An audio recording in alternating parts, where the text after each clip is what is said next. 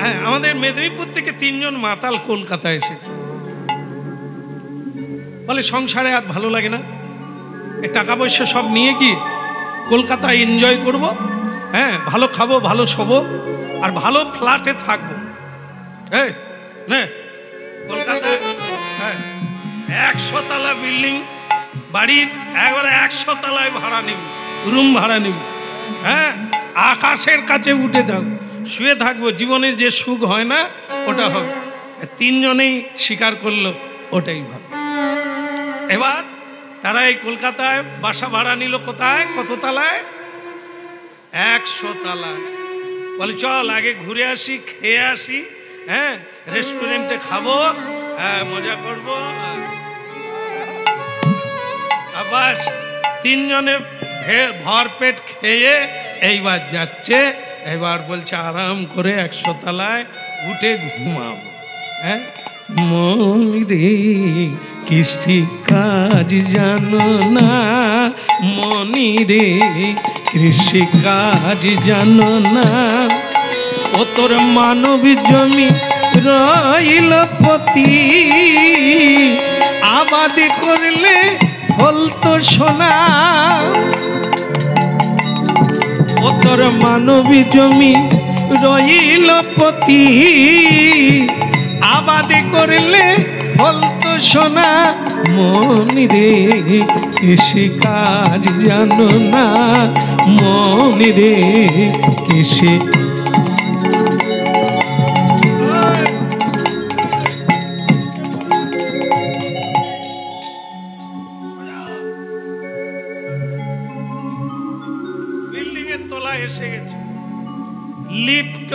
লিফটের সুইচ মার, বোতাম টিপ। 1 তলায় দাঁড়িয়ে লিফট চাইছে, কিন্তু সেই সময় বিজলি নাই। বিজলি মানে বুঝেন তো, কারেন্ট নাই। হ্যাঁ, আরে কারেন্ট নাই রে, কি করবো রে, রাত 12টা বাজে, এই 100 তলায় উঠবো কি করে রে? ওই কারেন্ট যদি সারা রাত না আসে, এত দামি ভাড়া নিলাম, কি ফালতু হবে? একটা কাজ কর, কি করবো, সিঁড়ি দিয়ে উঠবো। এই 100 তলায় সিঁড়ি দিয়ে উঠবে, এরা ঘুমাতে পারবে? হয়তো সিঁড়ি দিয়ে উঠবে, খাটে উঠতে পারবে জানি না। উদ্যম আছে 3 জনে, হ্যাঁ, 3 জনে উঠবো। বলে এত সিঁড়ি ভাইতে পারবো? একবার ভরপেট খেয়ে নিয়েছি, সোজা হয়েই দাঁড়াতে পারি না, কি করে এত সিঁড়ি ভাই? শোন, হয়ে যাবে, কোনো ব্যথা হবে না, কোনো বেদনা হবে না। বলে কি করে হবে? গল্প বল, তুই তোর জীবনের কাহিনী বলবি, এর জীবনের কাহিনী বলবে, আমি শেষে বলবো, ঠিক আছে? চালু কর। বলতে বলতে দেখবি সিঁড়ি উঠে পড়বো, 99 পার হয়ে 100 তাহলে চালু করলো। চালু কর, তুই বল, আর চালু কর। সে বলে আমার কথা শুনবি, তোদের বুক ফেটে যাবে, বুক ফেটে যাবে, জানিস? বল চালু কর, বুক ফাটুক আর পেট ফাটুক, যা হওয়ার হবে, তুই চালু কর। তাহলে জানিস জীবনে বিয়ে করবো, কত স্বপ্ন, মেয়ে দেখতে গেলাম, মেয়েকে পরীর মতো দেখতে। বাবাকে বললাম, বাবা বিয়ের তারিখ খুঁজো না, আজকেই বিয়ে করবো। কেন? এ মেয়ে ছেড়ে গেলে অন্য লোক নিয়ে নেবে। জানিস বন্ধু, ওদের বুক ফেটে যাবে আমার কথা শুনলে রে।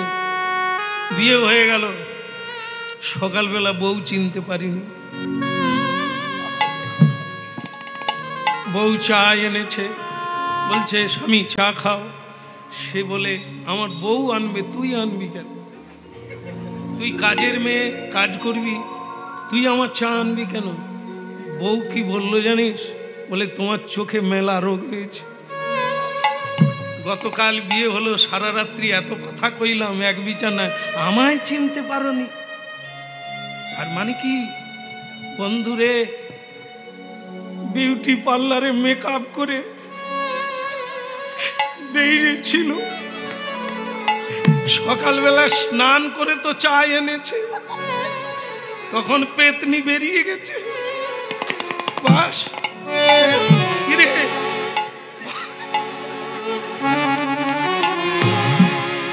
30 তলা উঠে পড়েছে। একজনের গল্প, হ্যাঁ 30 তলা উঠে গেছে, মনে নাই উঠে গেছে। এবার বলছে দ্বিতীয় বন্ধু তুই চালু কর।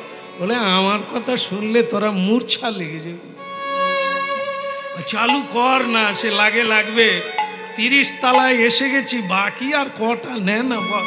সে তখন বলছে ভাই রে, আমি বিয়ে করলাম, আমার স্ত্রী দেখি খাবারে বিষ মিশাচ্ছে, আমি দেখিনি। তার মানে কি আমার সঙ্গে যখন কথা কয়, খাবে না, আমার হয়েছে যত জ্বালা, হাড় মাংস চিবিয়ে খেলো। আমি ভাবি কি শ্রীগাল এনেছি, খ্যাঁক খ্যাঁক করছে, না বিয়ে করেছি আমি। ভাইরে আমার কথা শুনলে মূর্ছা লেগে যাবি। তারপর দেখি আমার বউ কার সঙ্গে কথা বলছে, সে কি মধু বেরোচ্ছে।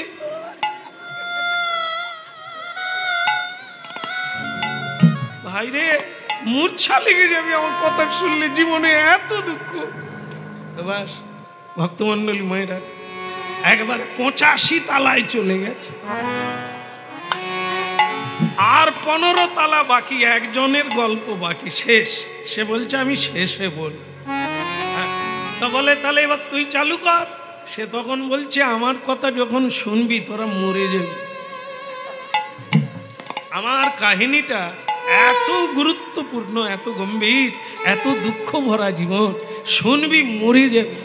বলে মরতে আর বাকি রে, এই পার উঠছে না। তা তুই বল, ওইটুকু না শুনেই মরে যে, বল উঠি। তাই বলতে বলতে তারা উঠছে। ও বন্ধু বলছে ভাই রে, আমি যা খাই ভুলে যাই, যা বলি মনে রাখতে পারি, নিজের ঘর নিজে চিনতে পারি, আমার যে কি রোগ কোনো ডাক্তার ধরতে পারে না। এই বলতে বলতে 99 পার হয়ে 100 পৌঁছে। তো তারা তখন বলছে তুই যে বললি তোর কাহিনী শুনলে নাকি মরে যাব, তুই মরলাম না তো। বলে এখনো তো শেষ করিনি। বলে তাহলে 100 তলায় তো পৌঁছে গেলাম, এইবার তো রুমে ঢুকে যাব, তুই তোর গল্পটা শেষ কর। বলে চাবি 1 তলায় পড়ে আছে।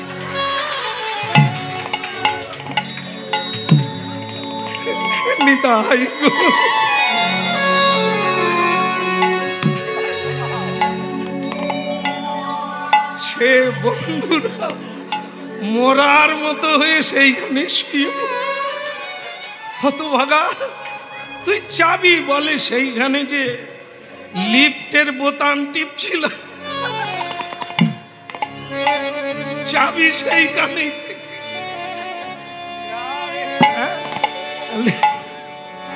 100 তলায় উঠে গেল।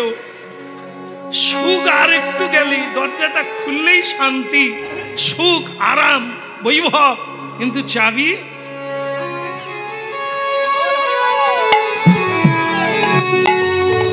সব থাকলো, সুখী হতে পারল না। এই মানুষ 100 তলা 150 তলা, দেশ থেকে বিদেশ, দেশ থেকে দেশান্তর, নানা জায়গায় ছুটে বেড়াচ্ছেন, আজ পর্যন্ত সুখের চাবি কেউ পায়। কেবল উঠাই সার হচ্ছে, ঘোড়াই সার হচ্ছে। প্রকৃত সুখ, প্রকৃত আনন্দের লেশ মাত্র আজ পর্যন্ত কেউ পায়। অনন্ত বীর্য, অনন্ত আনন্দের মানে মুকুটমণি সম্পদ এই হরিনাম সার। গুরু জন্মে জন্মে যেন তব নামি গুণগান, আমি জন্ম জন্মে তব যেন নাম গুণগান, জন্মে জন্মে যেন তব নাম গুণ গাই। জন্ম জন্মে তব যেন নাম গুণ গাই। ও গো নামি গুণ গাই, নামি গুণ গাই, জন্মে জন্মে যেন তব নামি গুণ গাই। নাম গুণ গাই, নাম গুণ গাই, জন্ম জন্ম তব যেন নাম গুণ গাই।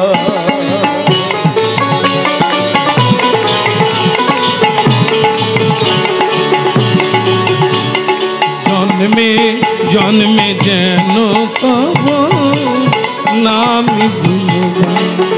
আমি জন্ম জন্ম তব যেন নাম গুণ গাই। হরি বল। হ্যাঁ, এটাই আপনাদের শেষ কথা বলবো।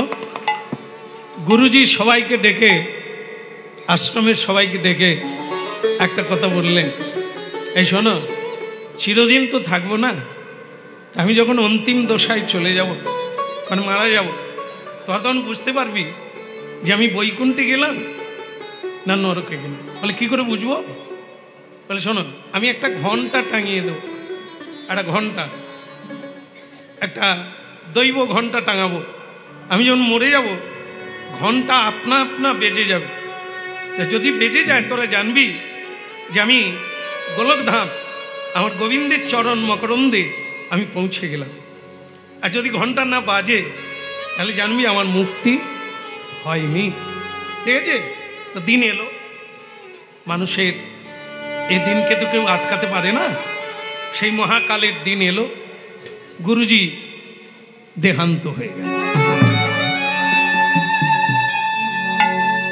ভক্তমণ্ডলী মায়েরা, হাজার হাজার শিষ্য ঘন্টার দিকে তাকিয়ে আছে, কিন্তু ঘন্টা বাজলো না, ঘন্টা বাজলো। তাহলে গুরুদেব কি মুক্তি পাননি? কেন পাননি? কেউ ধরতে পারল না, কেউ ধরতে পারল না। অনেক শিষ্য ছিল, কিন্তু সেই খোঁজি খোঁজি, সে কিন্তু ওই সময় আশ্রমে ছিল না, বাইরে গিয়েছিল। হ্যাঁ, এদিকে কাণ্ড ঘটে গেছে, এই ঘন্টা বাজে না, আর লোকের সমারোহ আরও বেড়ে গেছে এটা দেখার জন্য যে গুরুদেব প্রকৃতভাবে তার ধাম প্রাপ্তি হলো কিনা, কেমন ধামে ফিরলেন কিনা, তাই সেটা দেখার জন্য সকলে এসেছেন, আরও লোক বাড়ছে। এমন সময় খোঁজিজি মানে আশ্রমে ফিরছে। আশ্রমে ফিরে দেখলেন লোকে লোকারণ্য, হ্যাঁ, গুরুজি দেহান্ত হয়ে গেছে, গুরুজি চলে গেছেন। কিন্তু সকলেই একটা কথা বলছেন যে এহেন সিদ্ধ পুরুষ, এহেন মহাপুরুষ মুক্তি পেলেন না, ধামে পৌঁছাতে পারলো না। বলে কেন? বলে গুরুজি একটা ঘন্টা টাঙিয়েছিলেন, সে ঘন্টা এমনিতেই বাজবে, কিন্তু বাজলো না। তার মানে গুরুজি মৃত্যুর পরে যেতে পারেন না। খোঁজিজি বলছেন আমাকেই তত্ত্বের রহস্যটা দেখতে হবে। গুরুজি যেতে পারলেন না, হঠাৎ দেখলেন গুরুজির দেহটা যেখানে আছে সেই সোজা দেখে একটি আম্র বৃক্ষ আছে, একটা আম গাছ আছে, বড় আম গাছ। খোঁজিজি শিষ্য দেখে আম গাছের মুগ ডালে একটা হলুদ রঙের আম পেকে আছে, আর কোনো আম নাই, একটাই। আবার ওটা আমের সময় নয়, অসময়, একটা আমই পেকে আছে। সেই আমটা শিষ্য খোঁজি দেখতে পেল। খোঁজিজি দেখতে পেয়েই বলছে দাঁড়া দাঁড়া দাঁড়া দাঁড়া দাঁড়া, এখনই হয়ে যাবে কি? আর শিষ্যরা বলছে খোঁজিজি তত্ত্বটা একটু বলবি ভাই, তুই কি পেলি?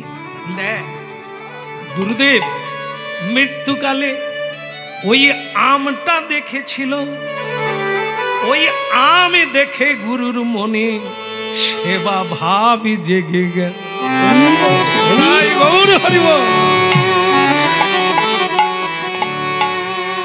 এই অসময়ের আম, পরিপক্ক আম দেখে গোবিন্দে সেবার কথা মনে পড়ে গেল। আর যেই সেবার কথা মনে পড়ে গেল তার বৈকুণ্ঠে যাওয়া বন্ধ হয়ে গেল। গোবিন্দ না সেবা করা পর্যন্ত তিনি যেতে পারছেন। তাহলে কি করে বোঝা যাবে? হ্যাঁ, বাতাসা কি আছে? আসবে, আসুক। কি খারাপ লাগছে না তো? বাতাসা আসলেই তো আশা জেগে যায়, তাই না? প্রেম সে বলো, আবার বলো। গুরুজি তাহলে কি করছে? আম দেখে, হ্যাঁ, আমের ভেতরে স্বয়ং গোবিন্দ প্রবেশ করে গেছে।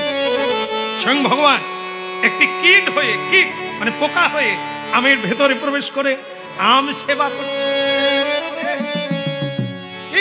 আম সেবা করছে। আর সেই সময়ে খোঁজিজি আম পেড়ে নিয়েছে। আম পেড়ে এবার দেখাতে গেছে, যেই আমটা কাটলো ভগবান অন্তর্ধান হয়ে গেল। দেখে আমের ভিতরে কীট হয়ে ভগবান আম সেবা করছিল, আম্রফল। হ্যাঁ, আর যেই আমটা কাটা হলো সঙ্গে সঙ্গে ঢং ঢং করে জয় ঘন্টা।